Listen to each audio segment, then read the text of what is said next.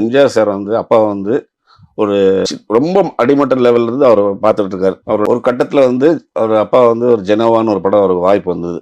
அப்போ வந்து சி.ஆர். சுப்பராமன்கிட்ட எல்லாம் ஒர்க் பண்ணிட்டு இருக்காரு அப்பா. தனியா பண்றாரு ஜெனோவான்னு ஒரு படத்த. அதன் தயாரிப்பாளர் வந்து ஒரு பச்சன்னு ஒருத்தர்.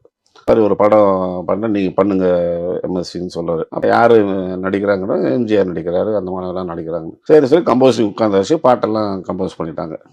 எல்லாம் ரெடி பண்ணி ரெக்கார்டிங் இன்னும் போல. அந்த டைம்ல எம்ஜிஆர் சாரை பார்த்து இந்த மாதிரி டேட்ஸ்லாம் கன்ஃபார்ம் பண்ணிட்டு இந்த மாதிரி ரெடியான அப்போ அவர் கேட்டிருக்காரு யார் பாட்டு கேவிஎம் சாரா ஜிஆர் அந்த மாதிரி ஏதோ இருக்கும்னு நினச்சிட்டு அவர் கேட்டிருக்காரு. இல்லை எம்எஸ்வி தான் பண்ணுறாரு. எம்எஸ்வினா யார் ஸ்டுடியோ அசிஸ்டன்ட் டைரக்டர் அவரான்னு அவருக்கு மியூசிக்லாம் தெரியாது. வேணாம் அப்படிலாம் வேணாம் அதெல்லாம் இப்போ இல்லை. நான் அந்த பையனுக்கு வாக்கு கொடுத்துட்டேன் தம்பிக்கு. அவர் தான் ரொம்ப ஆர்கியூமெண்ட்டாக இருக்குது ப்ரொடியூசருக்கும் எம்ஜிஆர் அவர்களுக்கும். கட்டத்தில் ப்ரொடியூசர் சொல்லிட்டாரு நீ அப்படி நான் அவனுக்கு வாக்கு கொடுத்துட்டேன் அவனை ஏமாத்துற மாதிரி ஆகிடும். அவர் வந்து என்னை பார்க்க சொல்லுங்கள் எம்எஸ்சியை வந்து என்னை பார்க்க சொல்லுங்க. அப்போ வந்து இது மாதிரி சொன்னேன். அவர் ப்ரொடியூசர் ஒன்று தான் வேணும்னு சொல்லி ரொம்ப கட்டாயமாக இருக்காரு பிடிக்காதமாக இருக்காரு. சரி நீ பாட்டெலாம் எப்படி வருதுன்னு பார்ப்போம். 4 பாட்டு கம்போஸ் பண்ணி ரெக்கார்ட் பண்ணி அவரை போட்டு பார்த்தோன்னே அவருக்கு ரொம்ப பிடிச்சி போச்சு. அப்போ ஒரு வார்த்தை சொன்னார் அப்பாட்ட, இனிமேலே என் படங்களுக்குலாம் நீ தான் மியூசிக்கு. வெற்றி மீது வெற்றி என்னை சேரை வாங்கி தந்த பெருமை எல்லாம் உன்னை சேரும்.